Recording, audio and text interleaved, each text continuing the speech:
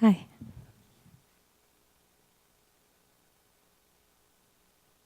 So I graduated a few years ago, so I don't know most of you, but I'm so pleased to be here anyway.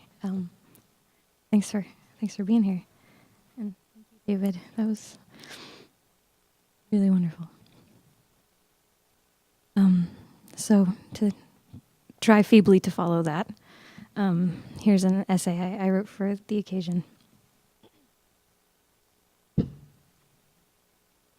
It was almost exactly 5 years ago today that I sat at a desk in Wood Hall, the dorm that once occupied the very spot where we are now gathered, and wrote an email to my parents.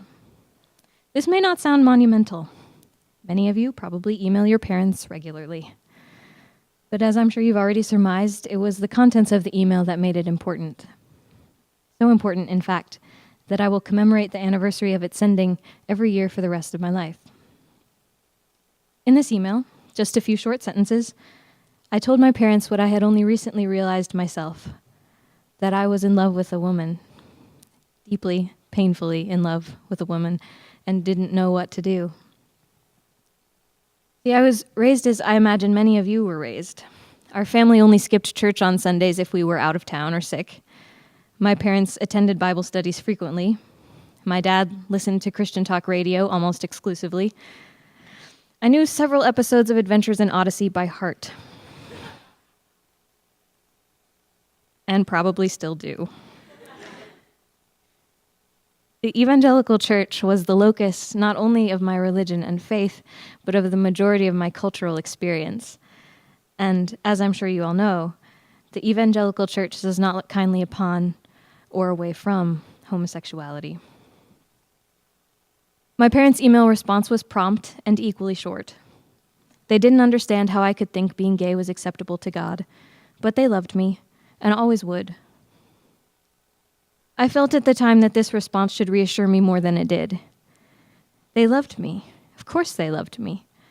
So why didn't this make me feel loved? Why, in fact, did it make me feel so much more alone? The distressing aspect of the response for me was the use of the word gay. In my email, I had intentionally avoided it, the way one might avoid a porta potty at the state fair or an outbreak of the plague. I couldn't be gay. I was in love with a woman. This was different. The way I felt about the woman I loved, also a Gordon student, was so real and meaningful, so kind, that it could in no way be associated with this word that I'd heard all my life as a synonym for anathema. The way I loved her was not politically charged. It was not out to demand rights or redefine the institution of marriage. The way I loved her was quiet and giving. I wanted to make her dinner. I wanted to go for walks. It's only been recently that I fully understood why, when my dad and stepmother used the word gay, I felt so relegated. In evangelical culture, gay is a political word. It doesn't describe a type of relationship so much as a type of rebellion. I wanted to explain to my parents that I loved God, that I loved the church, that I wanted nothing more than to be a part of it, to be a part of my family as I had before, and that I was not taking a political stance so much as trying to figure out and be honest about what I was feeling. But they saw what they had been taught to see, an affront to their understanding of how the world was supposed to be, of how God wanted things. It was at this point that things really started to fracture inside me. For the weeks preceding the email, I'd been splintering. I was so confused and so scared. But my parents' response, the rejection inherent in the label, though I've come to believe that the rejection wasn't intentional, was the rock that knocked the keystone loose. The word gay is heavy for its size. It exerts intense pressure on the backs of those who are forced to carry it, particularly those in the church. And yes, forced is right. A label is rarely the choice of the one who is labeled. We are all stories. None of us can be summed up in one word. But with one word, I found myself on the outside of everything I had known and loved and felt known and loved by. I started cutting my arms in a couple half-hearted suicide attempts. This culminated, a few days later, in a more earnest attempt that landed me in the psych ward over Easter. I wanted to die, not because I didn't want to live, but because I didn't know how to live outside of the boundaries of the only culture I had ever experienced. I didn't know how to live without my family, without God as I'd known him. Over the course of the next couple years, I would try very hard to be straight. This entailed several unfortunate incidents involving eyeliner and high heels, which, though certainly not wrong in themselves, are terribly, terribly wrong for me. I knew I'd hit bottom, however, when I went so far as to create an eHarmony dating profile and spend hours shamefully cycling through pictures of straight men, trying to find one I was attracted to.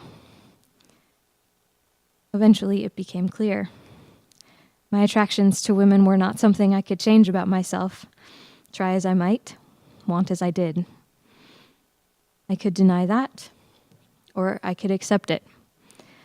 I could label myself, take on the label and all the connotations that came with it in the confines of evangelical culture, and treat myself with ever-increasing disdain and disgust. Or I could talk to myself, it seemed. I could ask myself questions. I could take my own word for it. And what was my word? That I had never, at any point, chosen to be gay as an act of will or rebellion. That my attractions to women were real and strong and immutable. That the fact that I was attracted to women had not altered in any way the person I felt I was and the person I wanted to be. A lover of people, of the world, and of God. Being gay has taught me more about love than anything else in my life. As a gay person, I am an outsider. I am she who stands at the edges. Because of this, I know so much more fully, so much more subjectively, the pain of those who are not so readily welcomed in the world. It teaches me compassion. It teaches me humility.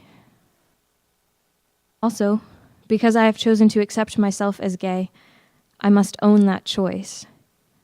This may be the scariest part. I have no traditional doctrine to fall back on. I don't have my parents' teaching to affirm my decisions. I have a vision sometimes of standing in the desert at night, Abraham style, looking up at the vastness of the stars all by myself. It is here that I have to answer for the fact that I have taken my own word for it, that I have trusted my experience over and above what I have been taught most of my life. I don't know how to describe how lonely this can feel, how frightened I can be. But at the same time, the thought always comes back to me. How could I stand before God honestly as anything else? And that's why I'm here today. Not to force some agenda on you, not to shame you into believing in the moral correctness of homosexuality, but to make things a bit more complicated for you, and thus hopefully a bit more beautiful. I'm here to tell you that I am queer. And despite having tried, I cannot make myself any way other than queer. And that I have not taken my queerness as sufficient reason to reject myself or Christianity.